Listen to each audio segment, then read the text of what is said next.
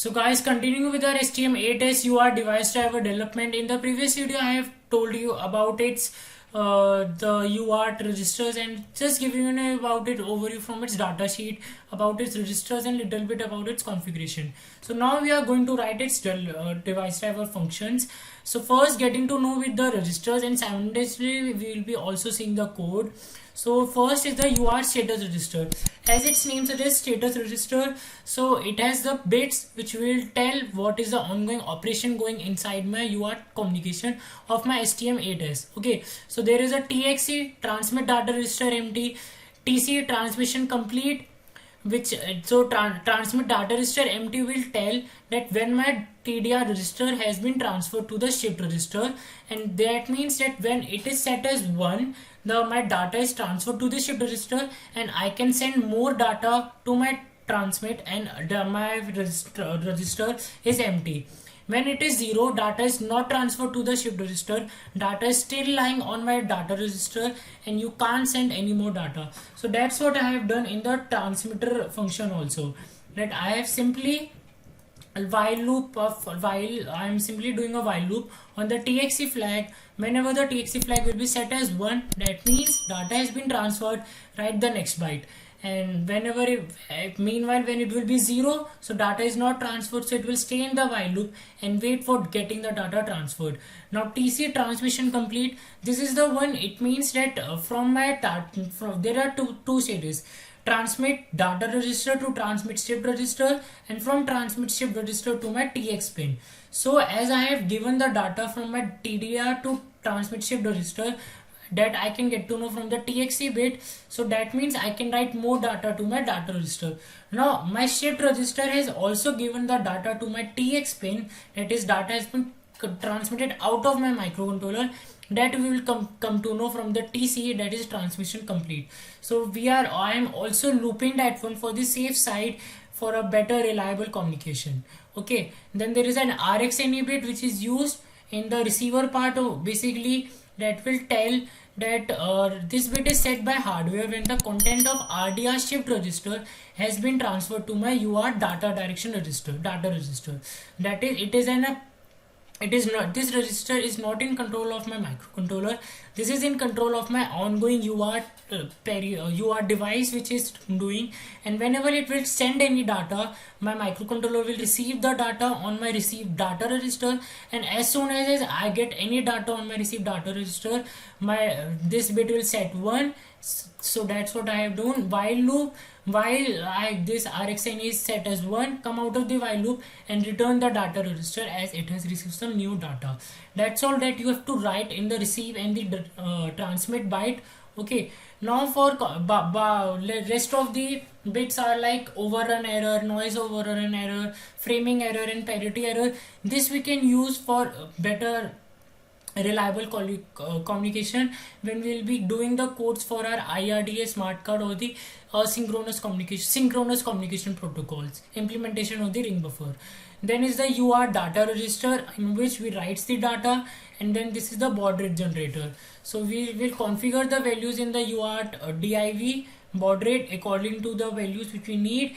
As I want, as I am running currently at my 9600 baud rate. Okay, so I have configured UART BRR2 and UART BRR1 at 00C value. Okay, so there are two baud rate registers that you have to configure. Then comes the control register UART CR1, the R8 and the TS transmit data bit and the transmit data bit 8. That is, if we configure our data word bit length in the 9 data bits or the 8 data bits. So in case of 9 data bits, we will be having the 0 to 8 bits. So that is the receive data 8th bit and the transmit data 8th bit of our byte of our 9 data byte which we want to send.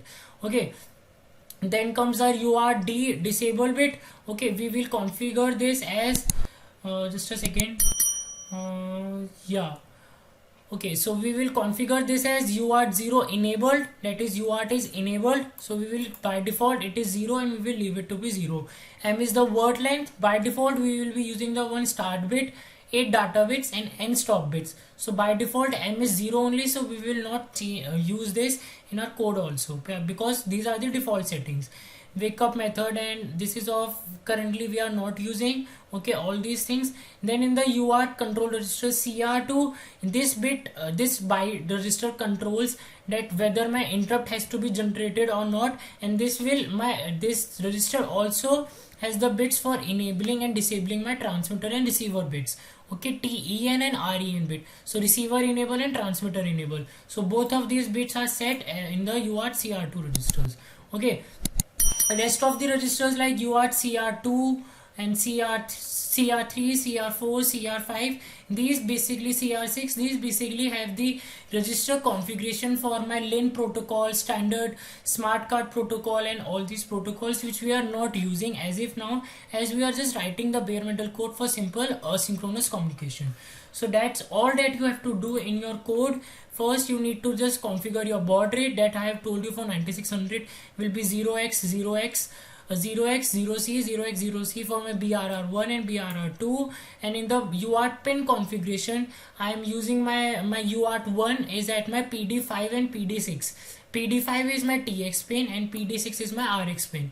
So I will be using my transmitter as TX pin is my output, so we'll be using PD5 as my transmitter output pin, and receiver pin PD6 will be my getting the input as it will be receiving the data, so it will be set as input floating, and by default all pins are at input floating only, so not changing any of its settings.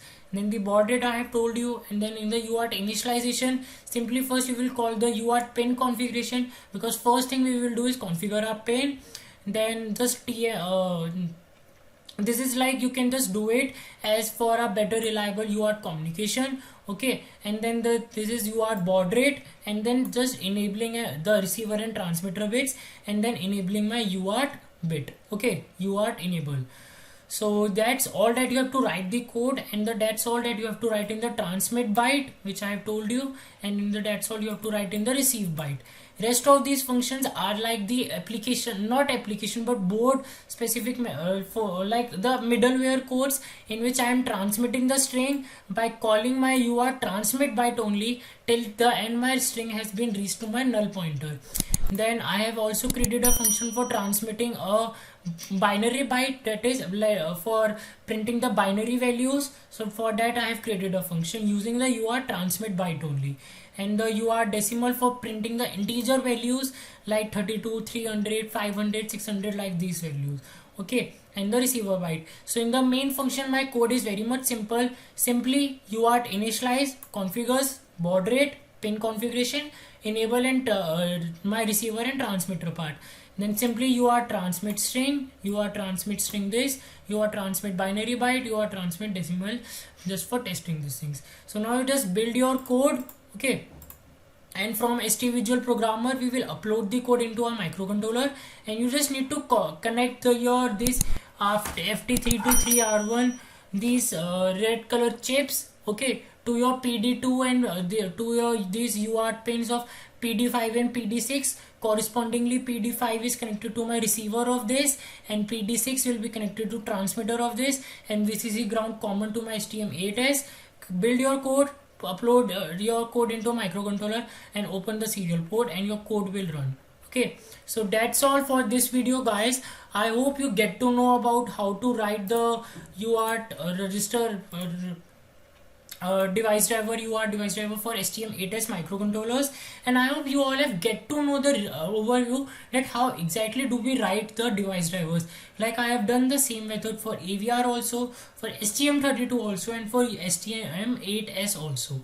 Okay guys, so that's it for now in this video. In the next upcoming videos more such content will be delivered on firmware development on STM8S, AVR and STM32 microcontrollers, with coming some videos on ARM processors also, and on firmware development related to their application codes, also interfacing various kinds of sensors and modules. So that's it now for guys. See you in the next video.